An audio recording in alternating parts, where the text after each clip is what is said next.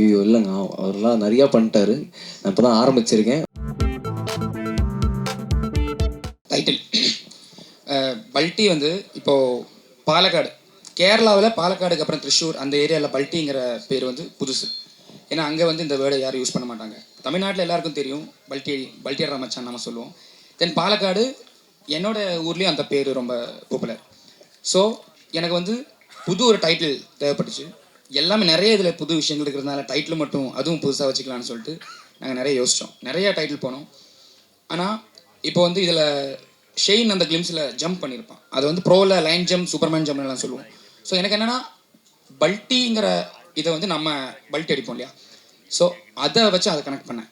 So அந்த ஜம்பை இந்த படத்தில் பல்ட்டியாக நாங்கள் காமிச்சிருக்கோம். தென் டைட்டில் சொன்னதும் ப்ரொடியூசர்ஸ் ஃபஸ்ட்டு வந்து யோசிச்சாங்க. ஏன்னா மலையாளத்தில் இந்த டைட்டில் எப்படி கொண்டு போய் சேர்க்குறோம், ஏன்னா ஒரு டைட்டில் ரொம்ப இம்பார்ட்டன்ட் படத்துக்கு. ஸோ அந்த கேட்கும்போது அந்த புதுசாக அந்த ஃபீல் அது கேரளாவில் ரொம்ப ஒர்க்காக இருக்குது. ஸோ அதனால தான் பல்ட்டிங்கிற டைட்டில் சூஸ் பண்ணோம். சாய் அபய், கங்க்ராச்சுலேஷன். இது உங்களோட ஃபர்ஸ்ட் ஸ்டேஜ், ஃபர்ஸ்ட் படம்னு நினைக்கிறேன். Thank you ma'am. ஸோ நிறைய ஆல்பம் சாங் வந்து நிறைய ஹிட் ஆகிருக்கு, நிறைய யங்ஸ்டர்ஸ்ட்டு போயிருக்கு. இப்போ அப்கமிங்கில் பார்த்தீங்கன்னா ஆர்ஜே பாலாஜி படங்களாக இருக்கட்டும், சூர்யா சார் படங்கள், நிறைய பெரிய படங்களாக பண்ணுறீங்க. ஆல்பம் சாங் பண்ணுறதுக்கும் படங்களுக்கு ஒர்க் பண்ணுறதுக்கும் என்ன டிஃப்ரென்சேஷன் இருக்குது? சிமிலராக தான் இருக்குது. ஏன்னா லைக் இப்போது இருக்கிற டிரெக்டர்ஸ் அண்ட் எல்லாருமே வந்து ஃப்ரெஷ்னஸ் ரொம்ப விரும்புகிறாங்க. ஸோ அந்த ஃப்ரெஷ்ஷாக நம்ம ஏதாவது ட்ரை பண்ணணும்னு நினச்சா அது ரொம்ப அலோவ் பண்ணுறாங்க. அந்த மாதிரி ஒர்க் பண்ண அலோவ் பண்ணுறாங்க இல்லையா. ஸோ அது அந்த டிஃப்ரென்ஸ் வந்து அது பிரேக் பண்ணுது. ரொம்ப லிபரேட்டிங்காகவும் இருக்கும், அட் த சேம் டைம் அந்த கதைக்கு ஏற்ற மாதிரியும் பண்ணுற மாதிரி இருக்கும். சிமிலராக தான் இருக்குது. அனிருத்துக்கும் உங்களுக்கு தான் இப்போ ஒரு காம்படிஷன் இருக்க மாதிரி. ஐயோ இல்லைங்க, அவரெல்லாம் நிறையா பண்ணிட்டாரு. நான் இப்போ தான் ஆரம்பிச்சிருக்கேன். உங்களோட ப்ரேயர்ஸ் அண்ட் பிளெஸிங்ஸ்லாம் இன்னும் நிறையா நல்லா ஒர்க் பண்ணணுமே தவிர காம்படிஷன் அதெல்லாம் ஒன்றுமே இல்லை. இன்னும் நிறையா இருக்குது. சாந்தனு சார் மலையாள படம் அப்படின்னால கேட்குறோம். மலையாளத்தில் இப்போ சூப்பர் ஹிட்டான படம் லோகா அப்படின்னு ஒரு படம். லோகா 250 கோடிக்கு மேலே இதாகிருக்கு. அதில் ஹைலைட்டான ஒரு விஷயம் அப்படின்னா இந்த கிளியே கிளியே அப்படின்னு ஒரு சாங் பூர்ணிமா மேடம் பாடினது கிட்டத்தட்ட 42 வருஷம் கழித்து இன்னும் பேசப்படுது. அது காரணம் என்ன நினைக்கிங்க? உங்கள் படங்கள் ஒரு 42 வருஷம் கழிச்சு உங்கள் படங்களும் உங்கள் பாட்டும் அம்மா படம் மாதிரி அப்பா படம் மாதிரி பேசப்படுமா? அந்த பழைய பாட்டு அன்னைக்கு பேசப்படுறதுக்கு என்ன காரணம் நினைக்கிங்க சார்? ஃபஸ்ட்டு லான்ச் ஆகி 17 வருஷத்துக்கு அப்புறம் இன்னமும் என்னோடய பாட்டு டாக்ஸி வந்து இருக்குது. அதுக்கே நான் வந்து ஒரு பெரிய பிளெஸ்ஸிங்காக எடுத்துக்கிறேன். ரேமான் சாருக்கு அதுக்கு ஒரு பெரிய தேங்க்ஸ். அதுக்கப்புறம் நம்மளோட பாட்டு இதெல்லாம் வந்து பேசப்படுமா இல்லைன்னு தெரில. 40 வருஷத்துக்கு அப்புறம் நம்ம இன்னும் இண்டஸ்ட்ரியில் வந்து ஒரு நல்ல நடிகர்னு ஒரு பேர் எடுத்தாலே ரொம்ப பெரிய விஷயமா நான் எதிர்பார்க்குறேன் நான். ஸோ அந்த பிளெஸ்ஸிங் எனக்கு கிடைச்சாலே நான் போதுன்னு பார்க்குறேன். நான் முன்னாடியே சொன்ன மாதிரி வெற்றி அப்படிங்கிறது நிறைய பெர்ஸ்பெக்டிவில் தீர்மானிக்கப்படுது. பட் என்றைக்குமே வந்து நம்ம யார் எந்த வீட்டிலேருந்து வரோம், எந்த பேக்ரவுண்ட்லேருந்து வரோம் முக்கியம் இல்லாமல் டெடிக்கேட்டடாக ஹார்ட் ஒர்க்கோடு நம்ம வந்து உழைச்சிக்கிட்டே இருந்தோம்னா ப்ரெஸ்ஸும் சரி பப்ளிக்கும் சரி என்றைக்குமே சப்போர்ட் பண்ணிக்கிட்டே இருக்கீங்க. ஐ திங்க் அதனால தான் நான் சொன்னேன் இந்த சாந்தனு பாக்யராஜ் அண்ட் சாந்தனு ஆரம்பிக்கும் போது சாந்தனு பாக்யராஜாக ஆரம்பித்தேன். பட் இன்னைக்கு வரைக்கும் நான் ஓடிட்டுருக்கேன்னா அது வந்து சாந்தனுங்கிற ஒரு தனிப்பட்ட நபரை தான் வந்து எல்லாருமே பார்த்து சப்போர்ட் பண்ணியிருக்கீங்க. ஸோ அது வந்து இன்னும் நீடிக்கணும். நீங்கள் சொன்ன மாதிரி அது ஒரு பிளெஸ்ஸிங்காகவே எடுத்துக்கிறேன். நீங்கள் சும்மா சொன்னீங்களா இல்லை ஆத்மாத்மா சொன்னீங்களான்னு தெரியல. 40 வருஷத்துக்கு அப்புறம் எனக்கு அது என்னோட பேர் இன்னும் நின்று எல்லாரும் என்னை பற்றி பேசினாங்கன்னா அது ஒரு பெரிய பிளெஸ்ஸிங் தான் சார். இயக்குனர் சார் படத்தில் 4 கதாநாயகன் சொன்னீங்க சரிங்களா? அதில் பெஸ்ட் ஆக்டர் யார் கொடுக்கலாம் நீங்களே சொல்லுங்கள். எங்கே இருக்கீங்கன்னா ஓகே சொல்லுங்கண்ணே. பெஸ்ட் ஆக்டர் ஏன்னா நீங்கள் செலக்ட் பண்ணது எல்லாமே நல்ல ஆர்டிஸ்ட் சரிங்களா? யார் வந்து நல்லா பர்ஃபார்மன்ஸ் பண்ணியிருக்கா? இல்லைங்க, நான் எப்படி ஒரு பர்ஃபார்மன்ஸை பார்க்குறேன்னா ஒரு சீனில் ஒருத்தர் இப்போது ஷெயின் நல்லா சாந்தனு ப்ரோ நல்லா பெர்ஃபார்ம் பண்ணான்னா ஷெயின் அதை விட நல்லா பெர்ஃபார்ம் பண்ணுவான். அடுத்த டைலோ சாந்தனு ப்ரோ இன்னும் ஸ்கோர் பண்ணுவார். அந்த 2 பசங்க இன்னும் ஸ்கோர் பண்ணுவாங்க. ஸோ எப்போவுமே அவங்களுக்குள்ள அந்த சீனை நல்லா கொண்டு வரதான் காம்படிஷன் இருந்தது தவிர அவங்களுக்குள்ள காம்படிஷன் இருந்தது கிடையாது. ஹெல்த்தியாக ஏன்னா எனக்கு வந்து 4 ஸ்டார்ஸ் வச்சு படம் 4 பசங்களை வச்சு பண்ணுறோம். ஏன்னா சாந்தனு ப்ரோ வந்து இங்கே தமிழில் அவர் இங்கே ஒரு ஹீரோ, ஷெயின் வந்து கேரளாவில் ஹீரோ, 2 புது பசங்க. ஸோ எனக்கு தெரியல எவ்வளோ ஹீரோஸ் எவ்வளோ ஸ்டார்ஸ் வந்து இதுக்கு ஒத்துக்குவாங்கன்னு. ஏன்னா ஈக்குவல் ஸ்பேஸ் அவங்க 2 பேருக்கும் கொடுத்து இந்த படத்தை பண்ணியிருக்கோம். அது வந்து பெரிய விஷயம் சார். நான் வந்து அதை இங்கே சொல்லலை. ஷெயின் ப்ரோ சாந்தனு ப்ரோ அது பெரிய விஷயம். நீங்கள் ஒவ்வொரு சீனாக பாருங்கள், எங்கேயுமே வந்து ஷெயினுக்குன்னு சொல்லிட்டு ஒரு அந்த மாதிரி இருக்காது. எல்லாருமே உதயன், குமார், மணி, ரமேஷ் அந்த 4 பேர் தான் தெரியுவாங்க. ஸோ அப்படி கேட்டிங்கன்னா 4 பேருமே எனக்கு சேர்ந்த நடிகர்கள் தான். எல்லாருமே சூப்பராக பண்ணியிருக்காங்க. Thank you. Hello Sai. Hello. Actually இதுக்கு முன்னாடி இருந்த மியூசிக் டைரக்டர்ஸ்க்குலாம் வந்து இந்த ட்ரெண்டிங் ப்ரெஷர் அப்படிங்கிறதே கிடையாது. பட் இந்த ட்ரெண்டிங்குள்ளே இப்போ மாட்டிருக்கீங்க. ப்ளஸ் ஆல்சோ பாட்டு மட்டும் இல்லாமல் பிஜிஎம்மும் வந்து கான்சன்ட்ரேட் பண்ண வேண்டிய ஒரு ஒரு சுச்சுவேஷன் இருக்கு. இந்த சுச்சுவேஷன்ல நீங்க ஒரு மியூசிக் டைரக்டர் இப்பதான் வந்து ஸ்டெப் எடுத்து வைக்கும் போது எப்படி இருக்கு? இல்லை, நான் ட்விட்டர்லேயும் இன்ஸ்டாலையும் இல்லை. ஸோ அதனால் மோஸ்ட் ஆஃப் த டைம் இந்த இந்த ப்ரெஷர் பஞ்சாயத்து இருக்காது most of the time.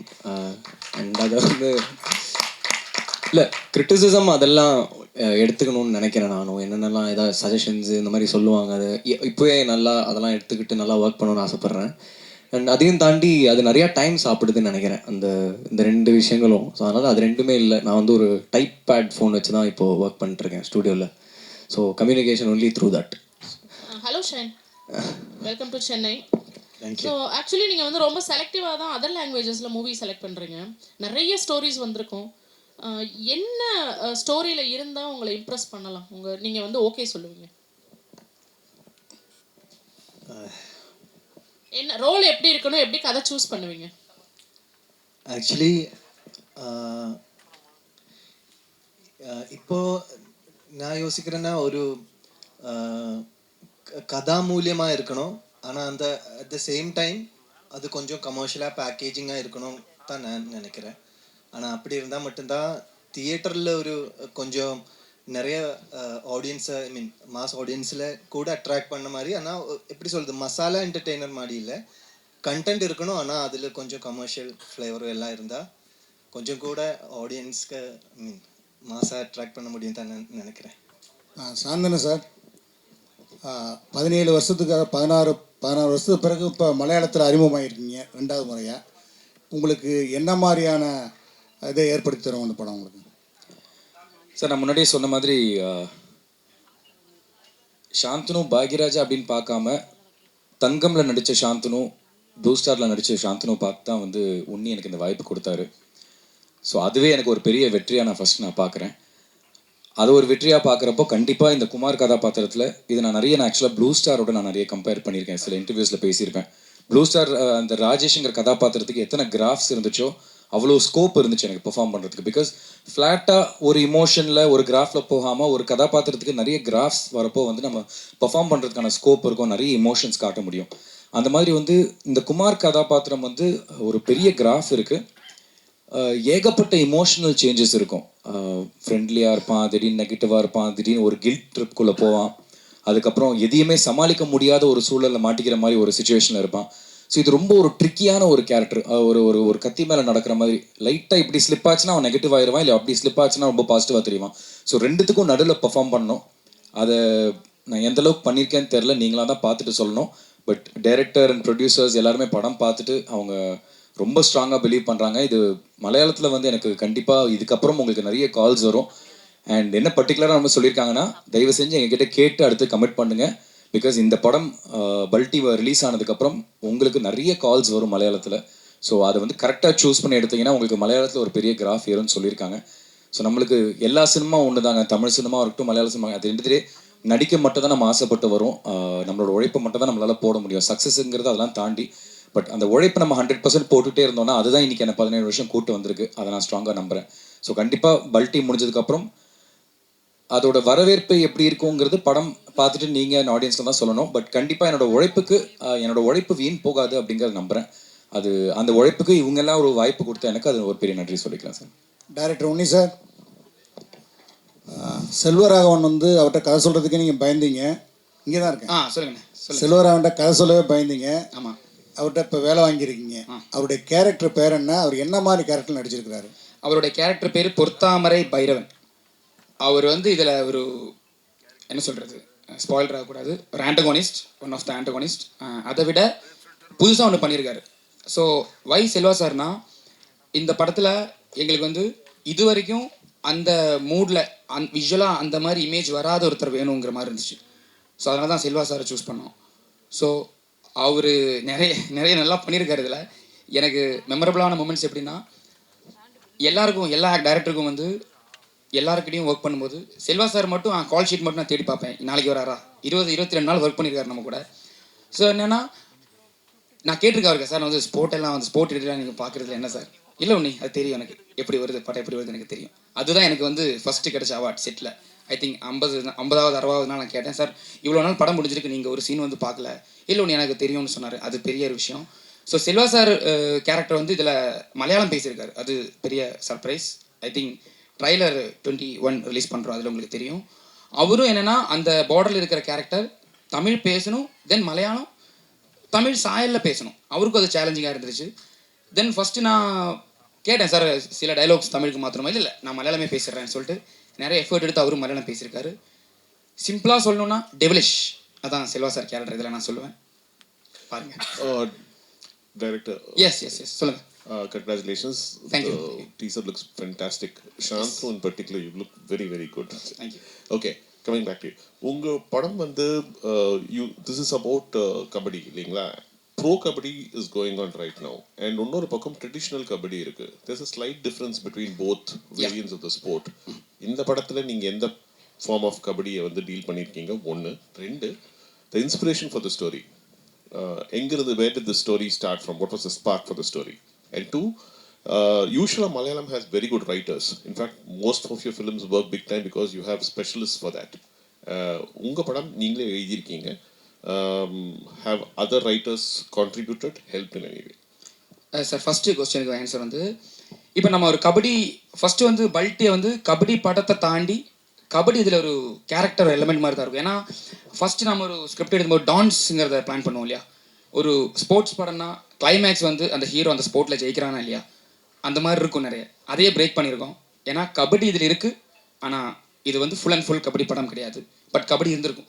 கபடியோட elements படம் ஃபுல்லாக இருக்கும். அப்புறம் ப்ரோ கபடி நம்ம வந்து ஆல்மோஸ்ட் 100% தமிழ் சினிமாவில் வந்த எல்லா கபடியும் நம்ம மண்ணில் தான் பார்த்துருக்கோம். ஏன்னா அந்த மாதிரி தான் பண்ணியிருப்பாங்க.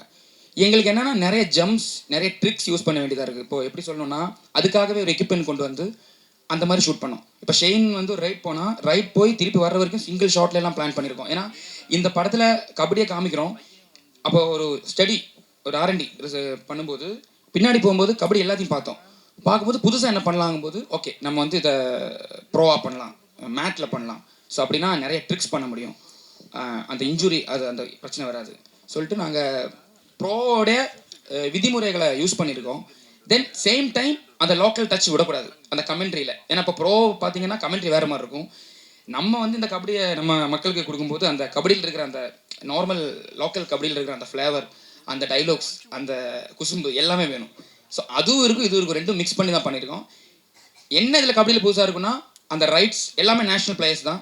இப்போ இதில் 4 பசங்கன்னு சொன்னால ஒரு பிளேயர் வந்து இந்தியன் பிளேயர் ஜெக்சன், அவர் இந்தியா அண்டர் 19 ஐ திங்க் விளையாடிருக்காரு. ஸோ தென் இதில் opposite team Selva sir team பொறுத்தாமரை கபடி குழு, ஐ திங்க் அது வரல இன்னும், ட்ரைலரில் வந்துடும். அதில் வந்து ஐ திங்க் 7 பிளேயர்ஸ் வந்து ப்ரோவில் விளையாடினாங்க. ஸோ அதுவே வந்து எங்களுக்கு ரொம்ப இன்ட்ரெஸ்டிங்காக இருந்துச்சு. நிறைய ஆக்டர்ஸை சூஸ் பண்ணி அவங்களுக்கு கபடி கற்றுக்கிறத விட கபடி விளையாடுற எல்லாரையும் கொண்டு வந்துடலான்னு சொல்லிட்டு ப்ராப்பராக கொஞ்சம் ப்ரொஃபஷனலாக தான் கபடியை ட்ரீட் பண்ணியிருக்கோம். தென் 2வது கேள்வி ரைட்டிங். இப்போ வந்து முதல் படம் மட்டும் சார் எப்படின்னா நம்ம வந்து 5 வருஷம் 6 வருஷம் எவ்வளோ வருஷம் நம்ம அதை பற்றி யோசிச்சிருப்போம்னு தெரியாது. ஏன்னா முதல் படத்தோடைய கதை அதுக்கு டைம்லைனே இல்லை. நான் 20 வயசில் ஃபஸ்ட்டு டேரக்டராகனு யோசிச்சேன்னா அப்போ இருந்து என் மைண்டில் ஒரு ஐடியா வந்திருக்கும். அதை ஃபில்டர் பண்ணி வேறு கதைகளுக்கு ட்ராவல் பண்ணி மறுபடியும் அதுக்கு போய் நம்ம ஒரு கதையை சூஸ் பண்ணுறோம். அது வந்து அவ்வளோ டைம் நமக்கு கிடைக்குது. ஸோ நான் வந்து எல்லாத்தையும் எழுதி முடிச்சு நான் கதை எனக்குள்ள ஒரு கான்ஃபிடன்ஸ் வந்துச்சு இதுக்கு ஓகே. ஏன்னா என்னோடய டீம் எல்லாருக்கிட்டையும் டிஸ்கஸ் பண்ணி கதை சொல்லி அந்த கிராஃபை சொல்லி பிளாட் பாயிண்ட்ஸை சொல்லி அதை சேஞ்ச் பண்ணி மறுபடியும் எழுதி அந்த டைம் கிடைச்சது. நான் எப்போவுமே ஹெல்த்தியாக தான் பார்ப்பேன் கொலாபரேட் பண்ணுறதுக்கு அதர் ரைட்டர்ஸ் கூட. அது வந்து பெரிய விஷயம், ஹெல்த்தியான விஷயம். ஸோ அடுத்தடுத்த கட்டங்களில் நமக்கு அந்த டைம் கிடைக்காது இருக்கும்போது கண்டிப்பாக கொலாபரேட் பண்ணுவேன். இதுக்கு வந்து டைம் இருந்துச்சு நமக்கு. ஐ திங்க் அதான் சொன்னேன், டைமே இல்லை. பல்ட்டியோடைய ஸ்கிரிப்ட் எத்தனை டைம் எடுத்து எழுதுனா எல்லாம் போன ஒரு 5 years 4 years மைண்டில் இருந்திருக்கும். தென் 1 year 1.5 year எழுதினேன். ஸோ அதனால் தனியாக எழுதி அதை நான் ஃபீல் பண்ணேன். தென் டிடி ராமகிருஷ்ணன் சார்னு சொல்லிட்டு கேரளாவில் பெரிய ரைட்டர். இதில் வந்து சில இடங்களில் கொஞ்சம் ஸ்ட்ராங்கான லார்ஜர் தேன் லைஃப் தாண்டி சில வேர்ட்ஸ் தேவையாக இருந்துச்சு. படத்தில் ஒரு வாய்ஸ் ஓவர் ட்ரீட்மெண்ட் பண்ணியிருக்கோம். அதுக்காக நான் அவர் வந்து எழுதியிருக்காரு, அந்த அடிஷ்னல் டைலாக்ஸ் அவர் எழுதியிருக்காரு. அதுவும் எனக்கு ரொம்ப இன்ட்ரெஸ்டிங்காக இருந்துச்சு. Santhanu sir thank you sir. நீங்கள் இப்போ வந்து சக்ஸஸ்ஃபுல்லாக வர்றது வந்து உங்களுக்கே தெரியும். மல்டி டாக்ஸ் ஹீரோஸ் கூட நடிக்கும் போது உங்களுக்கு வந்து ஒரு லெவல் வந்து உங்களுக்கே தெரியும். ஏன்னா நல்லா ஒரு ரேஞ்சில் போகிறீங்க, ஒரு கலெக்ஷன் ஆஃப் பாக்ஸ் ஆஃப் கலெக்ஷன்லாம் வருது. இப்போ சோலோவாக நடிக்கும் போது ஒரு டென்ஷன் டைட் எல்லாம் இருக்கும். இதில் எப்படி உங்களுக்கு தோணுது? மல்டி டாஸ்க் நடக்கும்போது ஒரு ஃப்ரீடமாக இருக்குதா எப்படி? அப்படி இல்லை சார், அது எண்ட் ஆஃப் தி டே இது வந்து என்னோட படமும் தான். எப்படி ஷேன் இது அவரோட படம் ஃபீல் பண்ணுறாரோ, இது வந்து நானும் ஈக்குவலாக ரோல் பண்ணியிருக்கேன்னா அது என்னோட படமும் தான். நாளைக்கு படம் வந்து அந்த அளவுக்கு கலெக்ஷன் ஆகலைன்னா அது வந்து ஒரு ப்ரொடியூசருக்கு எந்த அளவுக்கு பாதிக்குமோ, ஒரு டேரக்டர் எந்த அளவுக்கு பாதிக்குமோ, கூட நடித்த நடிகர்களுக்கும் அதே பாதிப்பு தான் இருக்கும். ஸோ அந்த ப்ரெஷருங்கிறது எல்லாருக்குமே அது சோலோவாக நடித்தாலும் சரி, மல்டி ஸ்டாரில் நடித்தாலும் சரி, அதே ப்ரெஷர் தான் எல்லாருக்குமே இருக்குது.